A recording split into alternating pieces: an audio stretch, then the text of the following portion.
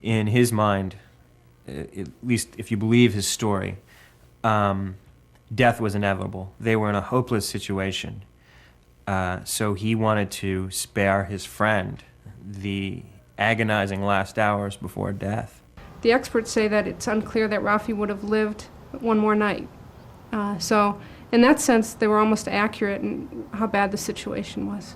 But of course, their situation wasn't hopeless, which is the tragedy of it. The Rangers showed up several hours later. I noticed a person roll out from underneath the rainfly of the tent and say to me, "Please tell me you brought water." Lance Matson was the first ranger to arrive at the campsite around 10 a.m. on Sunday morning, just a few hours after Rafi Kodikian had stabbed to death his friend David Coughlin. In another twist to this strange tale, he had then buried him under a mound of rocks. In the state that he was, for him to bury his best friend in the fashion that he did, which I think most people realized was with a lot of respect, was a great monument, a great tribute to David. But people wondered how Rafi could have managed it in the condition he was in. This wasn't just a simple act of covering. This person was buried rather extensively, completely covered with rocks, and it took a lot of effort. It'd take me a lot of effort even on a good day. Ranger Messia was also surprised that by the time he was evacuated, Kodikian seemed both calm and collected. He knew exactly what was going on. He thought enough to ask for his sunglasses before we got on board the helicopter. That's not a sign of someone who's dehydrated to the point of desperation. Being out of water, being dehydrated, he had his senses about him about a lot of other things. So, the two don't really match up. But if investigators thought Rafi made a remarkably rapid recovery, his lawyers explained that that was due to body chemistry. The body is an amazing thing. Lack of water will almost destroy it, and you can replenish it so rapidly. And what they thought was rapid turns out to be medically and scientifically a fact. It happens all the time. At first, Mitchell was inclined to argue that because Rafi had no water, he was involuntarily intoxicated by his dehydration and therefore not responsible for his actions. But as nothing had been ingested, the judge ruled that defense invalid. In any event, Rafi's entries in the journal were coherent and almost matter-of-fact. So Rafi's lawyers went in another direction. Let us plead to second-degree murder. Rather than go to a jury trial, have a big sentencing hearing, produce all the facts to the court, and let the court go out and do justice. It was probably a good move for the defense, as a jury made up of local people might be more skeptical about Rafi's motives. What actually went wrong, I'm not sure, but it leaves a lot of unanswered questions. The people of Carlsbad are very independent. Mercy killing? Come on, that's ridiculous. It's totally ludicrous. I think they got into a tiff amongst themselves. He killed him and got away with it. The values of such a community, a frontier community, are self-reliance, independence, and take care of your own. How could he lift in rocks if he's so dehydrated? How could he lift in rocks to bury his friend? And some of the rocks that big around. So it's very interesting to wonder how a jury would have reacted. His lawyers argued that Rafi murdered his friend in highly unusual circumstances, and there is no provision in the law for a mercy killing. This really wasn't a criminal case. Nobody intended anything evil. There was no evil in this case, which is something highly unusual for most of us. Also unusual was the lead prosecutor's approach. After listening to the testimony of survival experts, Deputy District Attorney Les Williams believed Rafi's account of what happened in Rattlesnake Canyon. They went there, they got lost, they didn't have enough water, and it was a disaster waiting to happen, and it happened. But not everyone is so sure.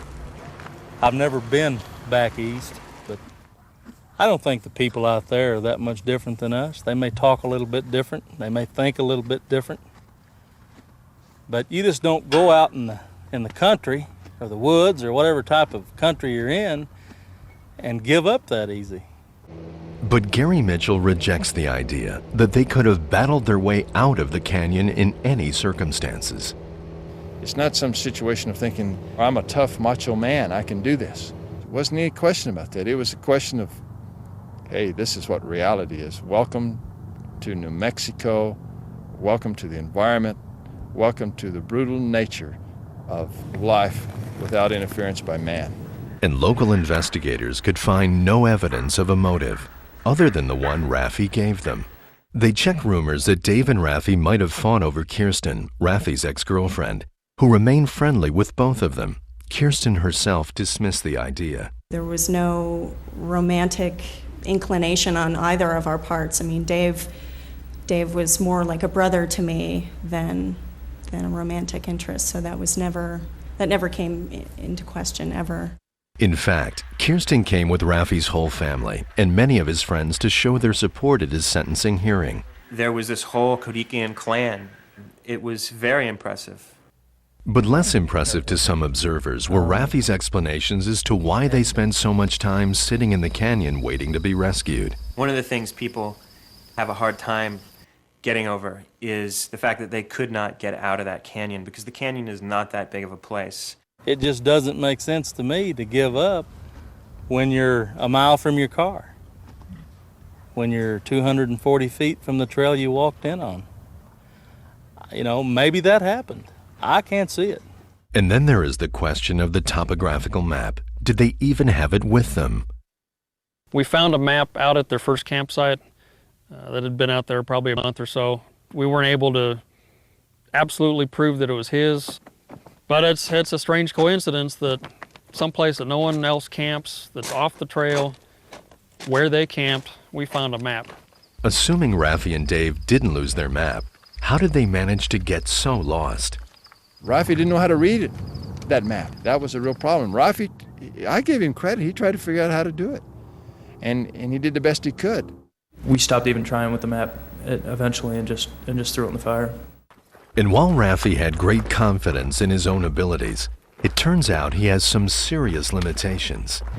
You know, he's a natural-born leader, and that's good. But the problem with natural-born leaders is that sometimes they don't know enough about what they're doing. I believe the psychologist said he had almost no visual recognition skills. I can tell you a story that didn't come out at the trial, which is Raffi got lost 3 times trying to find the psychologist's office. But even so, questions remain. Where was David Coughlin in all of this?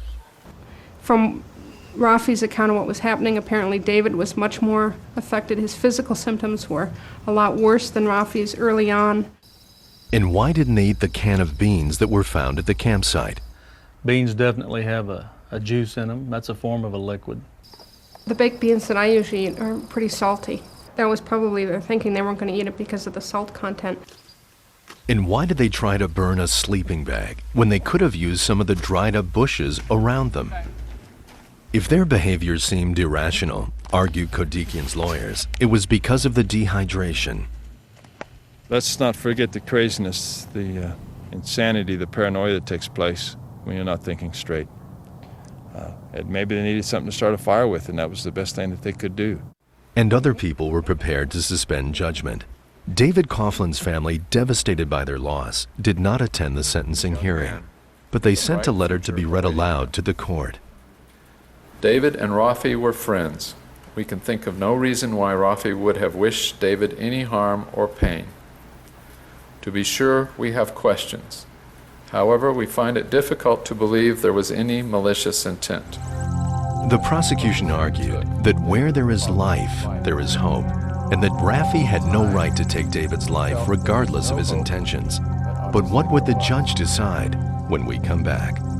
David Coughlin would be alive today if Raffi Kodikian had not killed him.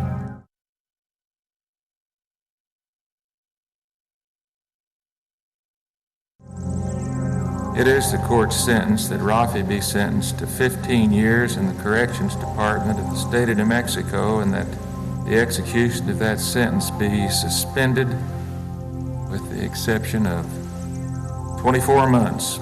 In sending Raffi Kodikian to prison for only 2 years, Judge Jay Forbes appeared sympathetic to the plight of the 2 young men who had been lost in the desert. But some local people were outraged. You can come up with any kind of story and tell the public what you want in New Mexico, and that's what I'm saying. They believe it. They want to close the case and be done with it. Raffi testified. that both he and Dave had given up